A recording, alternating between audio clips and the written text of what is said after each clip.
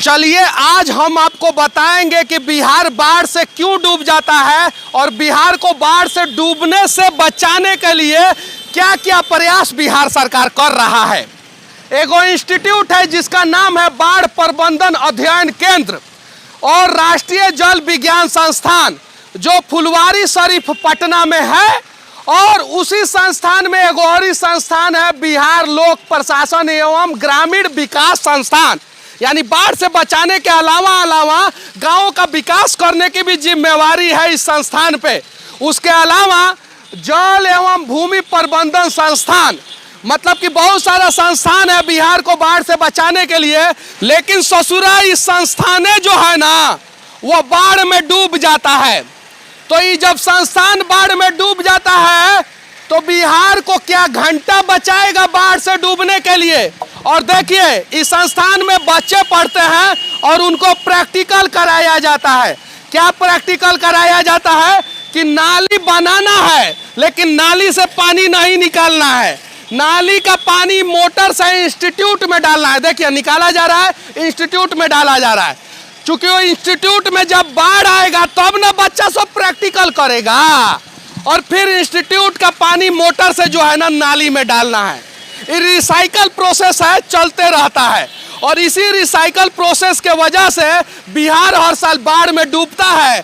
आज मैं इस संस्थान के साथ साथ बिहार जो बाढ़ में डूबता है उसकी सारी सच्चाई बताऊंगा।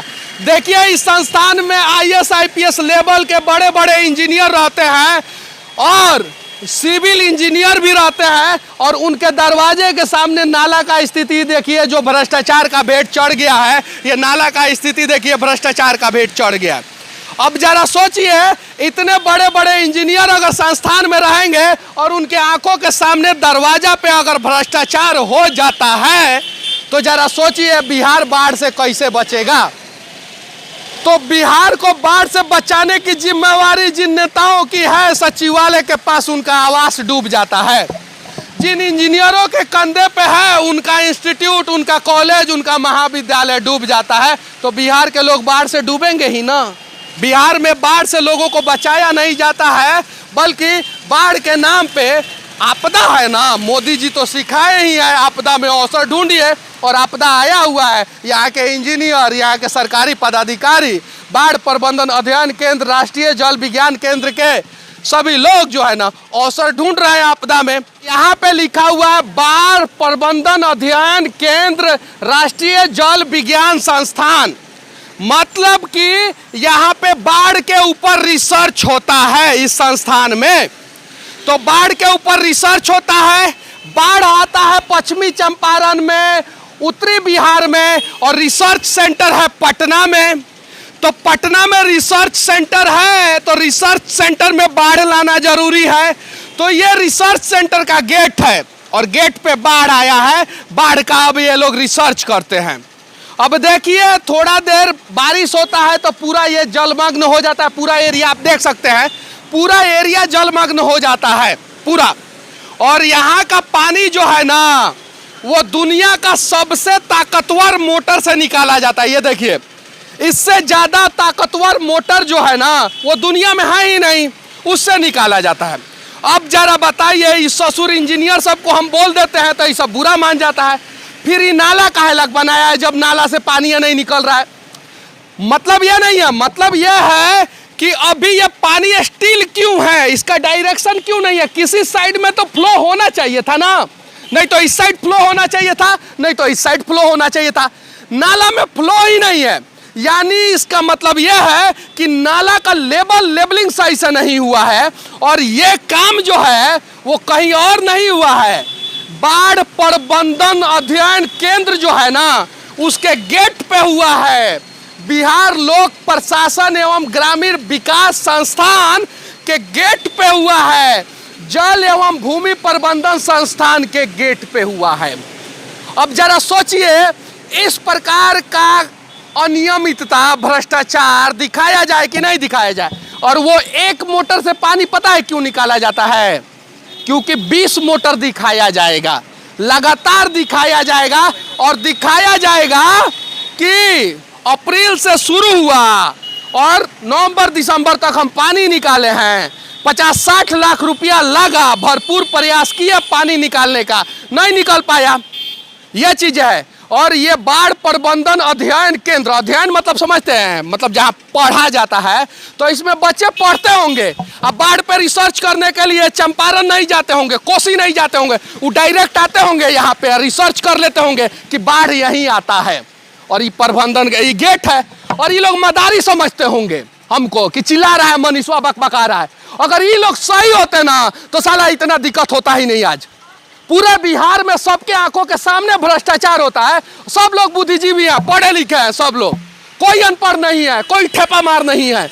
और सब लोग देखिए, सब लोग हंस रहे होंगे। और ये देखिए, ये मैं इन सब चीजों को इसलिए दिखाता हूं ना कि इन सब चीजों को मीडिया दिखाना ही नहीं चाहता है। ये बाढ़ प्रबंधन संस्थान के गेट पे अगर बाढ़ आ जाए तो बिहार को बाढ़ से क्या घंटे बचाएगा?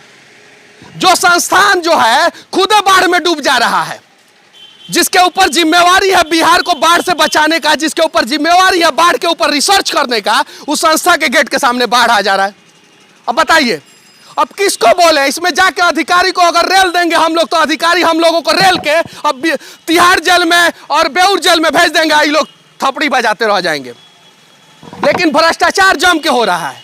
अगर भ्रष्टाचार नहीं होता तो इनके अधिकारी IAS IPS लेवल के होते हैं, उनके गेट के सामने जो है नाला गलत तरीके से नहीं बनता कम से कम। किसको मतलब है? ये देखिए, उनके गेट के सामने का नाला है, ये देखिए क्या हो रहा है। और यही बात मैं बोल देता हूं तो बुरा लग जाता है। ये गेट के सामने का नाला है, ये देखिए। और ये एम्स जाने वाला रास्ता है। मोदी जी जो बोलते हैं ना कि हम इतना एम्स बनवाए हैं, उतना एम्स बनवाए हैं, वही एम्स जाने वाला ये रास्ता है। और देखिए, बस जहां रास्ता टूटा वहां एगो बांस लगा दीजिए, एगो लाल कपड़ा कहीं से उठा के, इस साड़ी पता नहीं कहां से उठा के इसमें ठूस दिया है सब, बस। इसके अलावा कुछ नहीं है। अब किससे जाके पूछे? किसी भी अधिकारी से जाके पूछेंगे ना। और देखिए बोर्ड कितना लगा हुआ है। एगो बोर्ड लगा हुआ है स्टॉप, मतलब यहां आके रुक जाइए।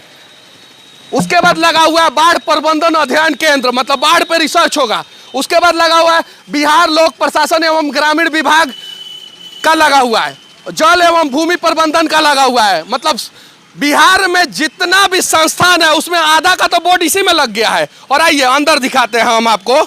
यहाँ पे देखिए, अनधिकार प्रवेश वर्जित, मतलब पाकिस्तान से लोग नहीं आ सकते हैं इसके अंदर। हम तो बिहार के, हम घुसेंगे इसके अंदर और दिखाएंगे।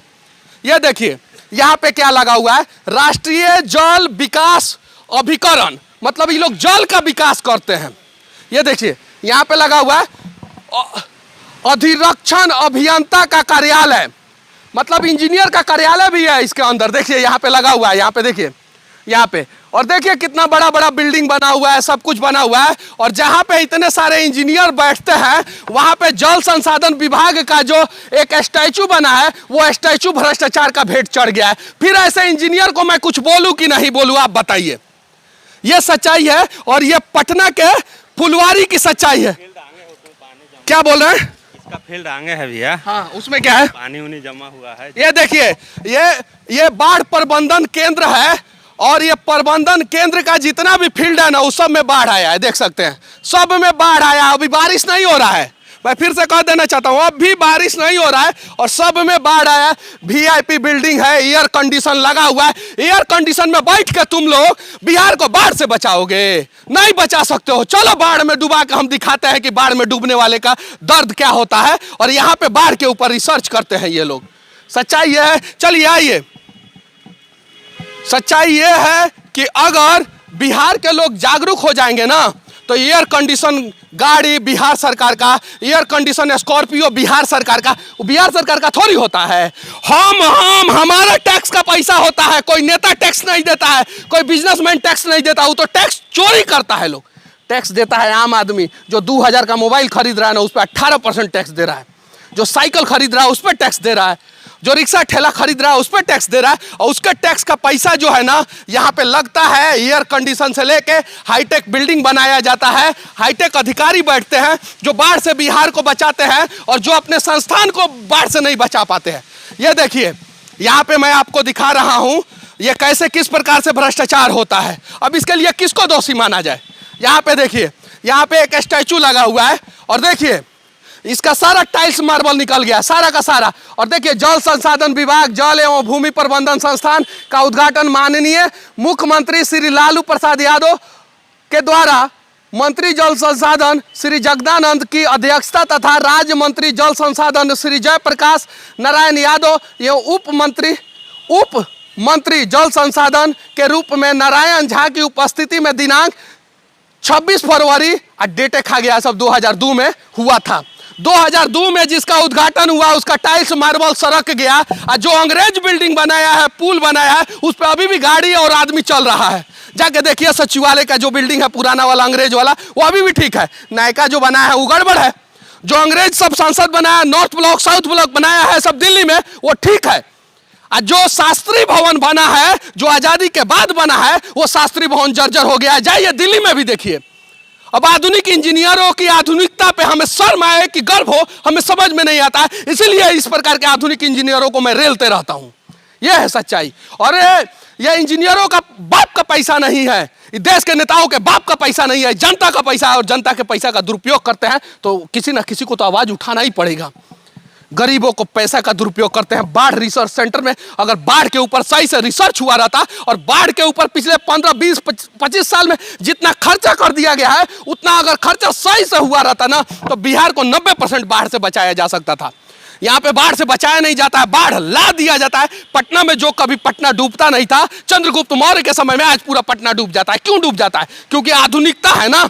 आधुनिक इंजीनियरों के पास जो है आधुनिक टेक्नोलॉजी है, आधुनिक सब कुछ है, फिर भी जो है भ्रष्टाचार के भेंट जो है ना पूरा बिहार को चढ़ा देते हैं। और इस पे मैं आवाज उठा देता हूं, रेल देता हूं इन लोगों को, तो इन लोगों को बुरा लग जाता है। यहाँ पे बहुत बढ़िया बढ़िया इनोवा से लेके फॉर्च्यूनर तक और बड़ी बड़ी गाड़ियां लगती है। इन लोगों को इनोवा फॉर्च्यूनर नहीं, इन लोगों को नाव पे बैठाइए और सीधे बाढ़ में भेज दीजिए। इन लोगों को फेंक दीजिए बीच नदी में। ये लोगों को पता चल जाएगा कि हाँ बाढ़ क्या होता है और बाढ़ का दुख और दर्द क्या होता है, और बाढ़ में डूबने वाले का परिवार किस प्रकार से रहते हैं, तब पता चलेगा।